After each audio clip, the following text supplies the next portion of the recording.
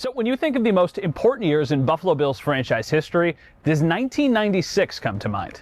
That year, Hall of Fame quarterback Jim Kelly played his final season for Buffalo and retired from the league. Conveniently enough, Kelly's final game in a Bills uniform was also the last time this stadium would see a home playoff game for the next 24 years. On December 28, 1996, the Bills lost to the Jaguars 27-30 in the wildcard round. So while 1996 sure feels like it should only be remembered as the end of the most successful Bills era ever, you could argue it was only the start of the next one. Because in late May that year, 3,000 miles from One Bills Drive, a man named Josh Allen was born. Good afternoon, everyone. This is Van Miller in Orchard Park, New York, and the road to the Super Bowl goes through Rich Stadium. Holy mackerel, they did it again! Fasten your seatbelts. It's playoff time. Touchdown! Touchdown! Touchdown, Buffalo! Where else would you rather be? Allen back to throw, gonna run it, keep it himself to the 40, jumps over a man, Touchdown! Naheem! It is bedlam. It is pandemonium. It is pandemonium. It is fantastic.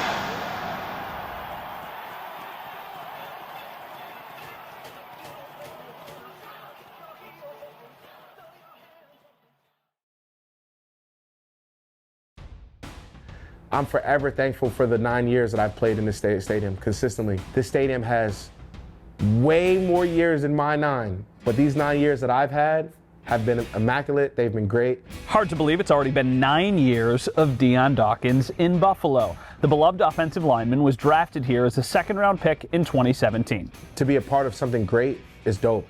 To be an actual, pillar in something great is cool. He's certainly a pillar in this franchise. Dawkins is among the top 3 longest tenured Bills on the team's current roster. He has played in every single home game here since he arrived, missing only 2 regular season games on the road. And back in 2024, he signed a contract extension that will keep him a Buffalo Bill through 2027. But this is my first home. Buffalo is not my second, it is my first home. I lived in Buffalo the longest consistently anywhere. Dion is very clearly passionate about Buffalo and the life he's made here. And he remembers when it all started at this stadium. It was during camp. It was definitely the red and blue game. The thing that I remember the most was, wow, this is the amount of people that are coming out just for a practice, and this is the most people I've ever seen at a stadium. Not to say anything about Temple, but I didn't go to Alabama or Clemson or one of those giant schools. So to see that amount of people come out to watch you play, it was freaking cool. And honestly, just to see all the color, it was just blue and red and white and blue and blue and blue and blue, and it was just real pretty, man. It was real cool. So this current era has certainly drawn a lot of comparisons to the Super Bowl era back 30 years ago. You can identify the key pieces that the team has added along the way that helped get them to the incredible postseason success they've had. Dion got here in 2017, along with head coach Sean McDermott, fresh off a 5-year stint as the defensive coordinator for the Carolina Panthers. I asked him for his first memory here. I would say my first win, our first win in 2017. You know, when you become a head coach, it's so exciting and it's kind of a honeymoon feel a little bit. And then you get to the first game, you're like, hey, we got to win this game, right? It gets serious fast. And so I remember pregame, I got a little bit intense because the team we were playing decided to, at the end of warm-ups, to punt the ball into our warm-ups. Okay. And I just felt like I was like, hey, we're going to draw the line right here and right now. Yeah. That this is not going to happen any longer. People taking advantage of us. In his first year here, Sean McDermott oversaw the team's first trip to the playoffs in 17 years. They didn't clinch that berth here at home, and Buffalo lost in the wildcard round at Jacksonville. The Bills would have to wait a few more years to bring the postseason back to Orchard Park, but it was this fan base's first taste of success in nearly 2 decades. The following year brought quarterback Josh Allen and cornerback Taron Johnson. Like Dion, it was a big transition for Taron coming from college to the NFL. It was surreal. That's one thing I could definitely say. Coming from Weber State, we didn't have big crowds like that. So, man, just coming here, it was so unbelievable. And every every game I'm damn near like getting cold feet, you know what I'm saying? In 2019, the Bills drafted defensive tackle Ed Oliver and tight end Dawson Knox. First memory had to be the red and blue game. That first training camp we had, stadium was packed with fans just for a practice. I was like, wow, this place is different. Signing autographs for the fans afterwards, it was very surreal. I kind of was like almost blacked out in a way, like what is happening right now? Just so many people there supporting us. Dawson did come from a big college football environment, and still Buffalo was a bit of a shock to the system. I kind of expected it to feel different from college, different from the SEC passion of the fans. But I got here and I was like, man, I didn't know this even existed in the NFL. The type of energy our fans bring, it really feels like an elevated, bigger college town. Because Ole Miss, Oxford's pretty small.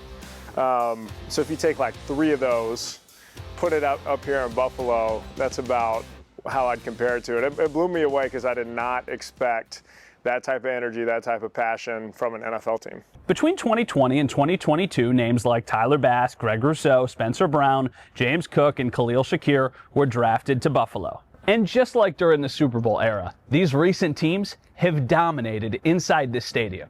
Since 2017, the Bills have played 66 regular season games at home. They have won 49 of them. As of this recording, the Buffalo Bills have not lost a regular season game at home since November 13th, 2023. The success has rejuvenated this Buffalo Bills fan base, especially here inside the stadium, bringing back a joy that has not been felt for many years. You can see evidence of that in how these guys talk about just running out of the tunnel, playing in front of their fans. Most of us football guys, we've played team sports our whole life. We've played team sports our whole life, and as a big guy, lineman, I'm blessed to have a couple of touchdowns. That's not our world, right? At that moment, you get to be an individual champion with being in a team sport. When you're running out of the tunnel and they call your individual name, because they're cheering for your individual self, the type of uproar that you get, because if you listen, everybody's uproar is different. And when that uproar is what it is, it just makes me very thankful for the love that I get, and for the person that I am here. Those are also some of the coolest memories. The adrenaline rush, standing there, hearing the other guys call right in front of you, seeing the smoke, seeing some of the fans in your peripheral vision, lining the tunnel. It's really hard to describe, like just that rush of pure adrenaline, excitement for all the preparation you put in to get to that moment, and then being able to run out of the tunnel, give high fives to everybody, go down to the corner of the end zone, say a prayer before the game. I'll definitely miss that more than I could possibly imagine, and hopefully we'll get a few more years of that. The weather's not the best here. Like, maybe you don't have everything you have in big cities, but it's like the people here is what makes you want to play here, because they love football more than anything, and this city thrives on the Buffalo Bills being a good team, and for us to try and do that every single year, I think is huge. To be able to play in front of the fans, to be able to have a connection with the people, to be able to be one with the people, and to be able to do this and to be a part of this, it's insane. Like, there's so much history here, there's so much love. These people here in Buffalo have made me who I am. They supported me, they loved me, they hated me, they loved me. It's a relationship, and these people have definitely done right by me, and I'm forever thankful, because I am a reflection of them, and they've made me into something great. Last year, winning every home game is definitely a goal for us going forward for next year too, especially last year in the stadium. I mean, it is kind of emotional. We were excited for the new stadium, but there is something always that's going to be really special, to hold a special place in my heart with this old stadium. But there is one major difference between the team now and the team back in the Super Bowl years: the COVID-19 pandemic. The virus turned the 2020 NFL season upside down. All preseason games were canceled. Players and coaches had to work under rigorous testing rules. Too many positive tests within an organization would force games to be postponed or even rescheduled. The Bills played every regular season home game that season inside the stadium without any fans in the stands. Imagine going from being with the best fans in the world to not seeing them at all. Buffalo went 13-3 that year, their best record under Sean McDermott so far, and the first time the team had won 13 games since 1991.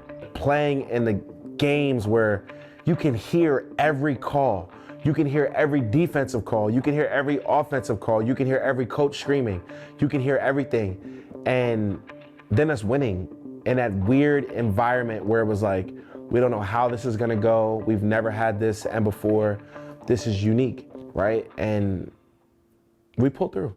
The postseason began that season with a wild card game right here inside the stadium against the Indianapolis Colts. It was the first time Orchard Park had hosted a playoff game in the 21st century.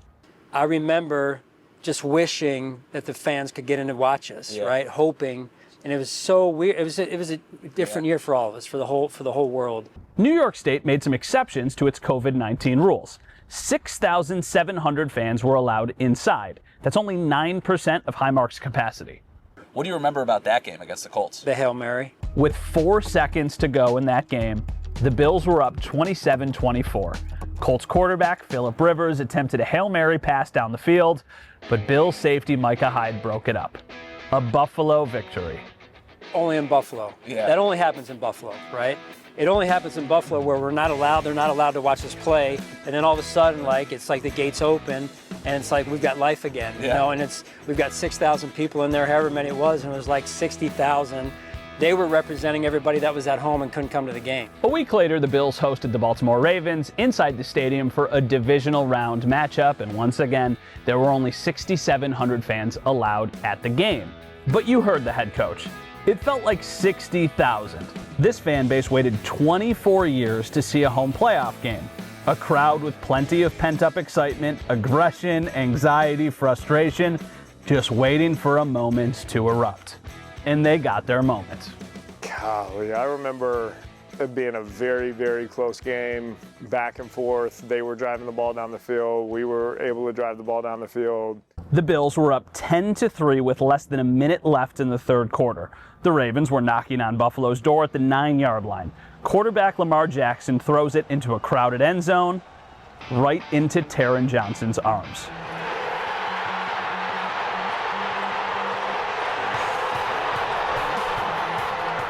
He reads the entire play, baits Lamar Jackson into the throw, and then jumps in front of it. And then all we hear is a... It was loud.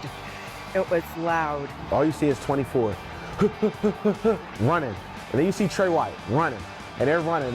I'm like, these two little skinny dudes are running. People say in life that sometimes things move in slow motion.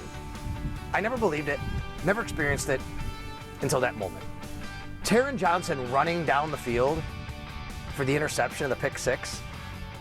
I saw people in slow motion jumping up and down. I was like watching, you know, it's like in slow motion.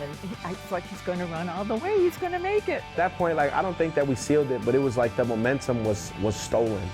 And to come out of a momentum battle like that, that's a huge part of football. It was special. Like, I can't even put it into words because it was one of the great moments in my life for sure. What do you remember about that moment? I remember it was my birthday. I know that, so I always say I call that the birthday block.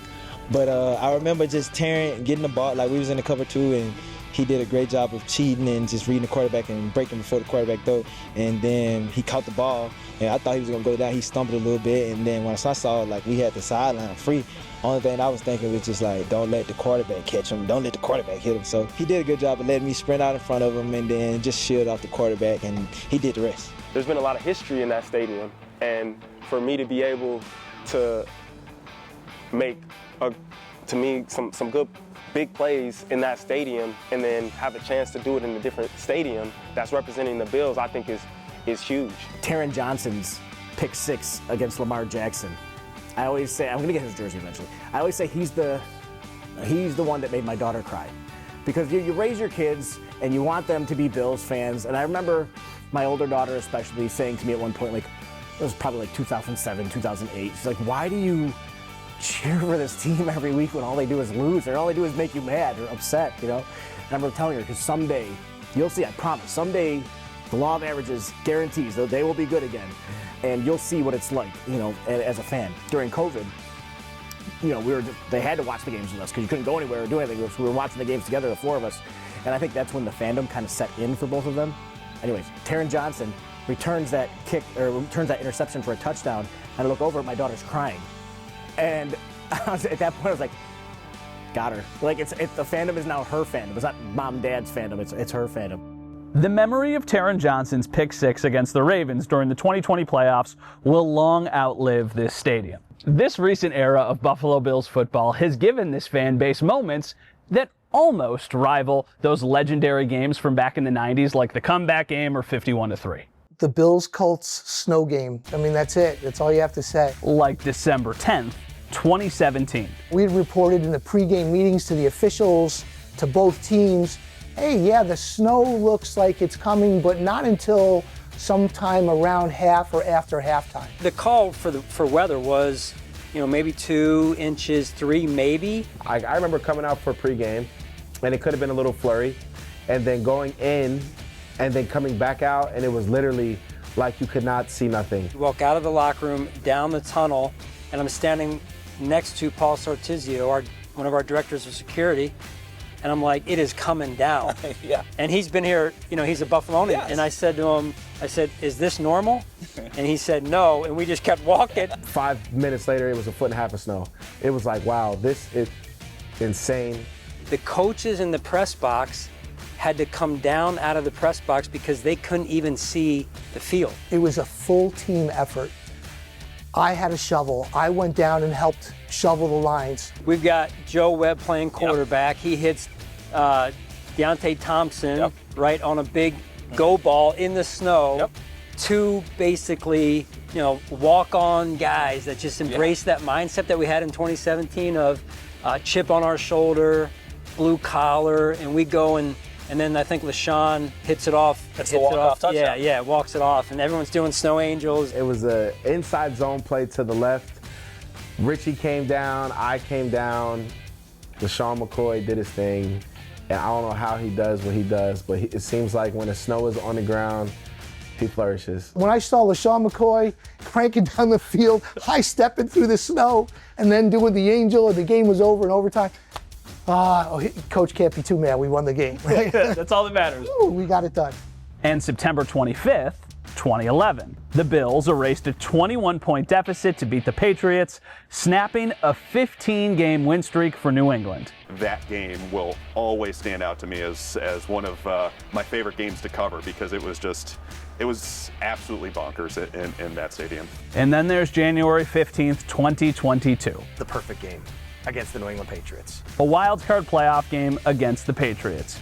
Buffalo became the first team in NFL history to score a touchdown on every offensive possession to beat New England 47-17. Favorite stadium memory? Probably the AFC divisional game against the Patriots. Or was it the wild card? Yeah, the wild card. The Bills came out and they just smoked the Patriots. Just the fans going crazy. I know there was a lot of pent-up energy and aggression from Bills Mafia, and that one was fun. And the whole night was just such a party and Buffalo love fest for everyone.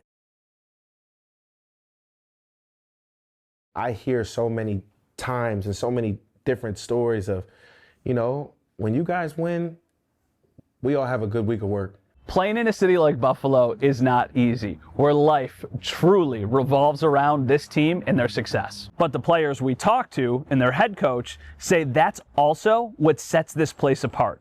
A fan base craving success in a stadium that's not without its fair share of struggles. This has been a special place for a long time, and I believe the team, it's like the walls can talk, right? With the moments that have been experienced in this stadium. I've really come to love it here. It truly feels like a second home. This is where I'm supposed to be. This is where I'm supposed to be. And being part of the history of Buffalo when it comes to that is humbling for sure. And these guys will be among the last to leave the field after the last game inside this stadium. But we have an entire season to go until that day. And it's right around the corner. We're going to close the door on a lot of history in that stadium. It was a blessing that we had the success that we've had there. You know what I'm saying? And I feel like it's also a good thing doing something different, because maybe something different will happen. A final goodbye before the final season. That's on the next episode.